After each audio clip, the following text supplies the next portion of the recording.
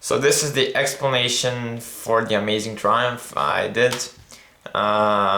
These are really two triumphs in one routine. I just made them together. It looks kind of cool, I guess. And this is the way it works. So let's get into the tutorial. Okay, so first things first, normal deck, just as you say, you can give it to somebody to shuffle the back. Okay, now you want to have someone to touch a card from the back. So make sure they don't pick it out. Okay, you say, I don't want you to pick a card that might be influencing you, just hold on your finger and you select a card whichever you like, okay? Now, this doesn't make any sense at all because you still may be influencing them. Oops, sorry about this. But trust me, it's gonna work, okay? So just say, put your finger like this and touch a card. And now it doesn't matter what the card they touch, just when they touch it, what you wanna do is say, okay, this one, and align it with this one. So align this card with the card that's next to it, okay? And as you do so, you want to move your hands up. So you're basically aligning, you don't want to do like this and then show. I mean, you can do that, but it's basically better if you just say this one, okay, memorize it, sir, this is your card. Okay, and the card is aligned perfectly with the card above. So let's see this in another card. Bam, align like this as you show it here. We have the 8 of clubs again. That's a coincidence. So it's aligned with the 2 of diamonds, okay? So it's like 2 cards, like you're doing a double lift, okay? Okay, and now you want to take the 2 of diamonds from here up, and now you can obviously see the 8 below, right? Right here, this is the 8. So what you want to do is, as you pull the 2 out, you curl the 8 down like that. So you pull it with your fingers.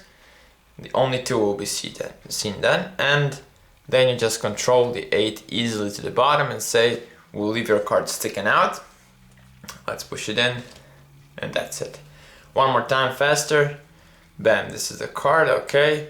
Memorize the card, sir. I just aligned it. And as I move downwards, I say, okay, this is how I do it. So this is the bottom, this is how it should look like here. So we'll just leave your card sticking out, and the 7 is already below, getting to the bottom. You can't see that from above. And I say, let's push it in. No way of finding the 7, which is already at the bottom. Okay, that's a cool way to control a card. Now we come to the second part, which is easier. What you want to do is just take some cards from top, flip them, take more cards, flip all of them, take more cards, flip all of them, and just keep doing this process just like that. And you're saying, I'm making a mess. So make sure you don't do this slow, you do this fast like that, okay? So you're kind of making a mess, and when you come to the last card, you want to place it here because that's their card. So the situation should be something like this. Face downs, face ups, and their card. Okay? So, what you want to do now is basically the triumph. So now we come to the second part of the effect. Alright, now you need to cut the deck. So first you show I have a mess, face ups, face downs, face downs, face ups.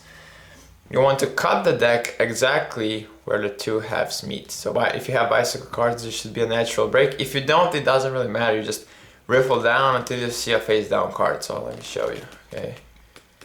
Slow down. Oh, there it was. Face down. Sorry, face down card. Okay? So riffle down until you see a face down. And basically what you do is you take one card with it. So we're going to take this half with this card. So you're going to, with your thumb, just take that card as well and move that out of the way and flip this half on top and hold everything with your left hand, just like that. Now this is my favorite part of the trick because everything is just so clean. I mean, you can show the deck face ups, face downs, face ups, face downs, nothing strange here. You can slowly move your hand so everyone can get a good look at what's really going to happen. And even though deck is in mess, this is still making a perfect image to their minds, like an even bigger mess is going to happen. Okay, so now I want to do a pharaoh shuffle. It doesn't have to be perfect, but what has to happen is top card and bottom card of this pack, so their selection and an extra card, need to go on top and bottom, okay? So basically what I'm talking about here is this, I don't know if you can get that.